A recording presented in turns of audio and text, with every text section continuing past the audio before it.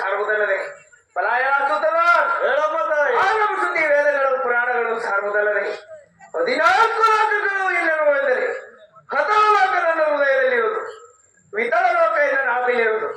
ಪಲಾಯನಾಸುತ್ತದ ಪ್ರೀತಿ ಪಡಬೇಡ, ಕಾತಿಸಿ ಬೇಡುವೆ, ಗುಡುಗುಡಾಯ ಬಾಳಿ ಬೇಡುವೆ. ಸುರಲೋಕ ನನ್ನ ಕಂಠದಲ್ಲಿರುವುದು, ಪಾತಾಳ ಲೋಕ ನನ್ನ ಮೊಣಕಾಲಿನಲ್ಲಿರುವುದು, ಧಾತಾಳ ಲೋಕ ನನ್ನ ಅಂಗಾಲಿನಲ್ಲಿರುವುದು.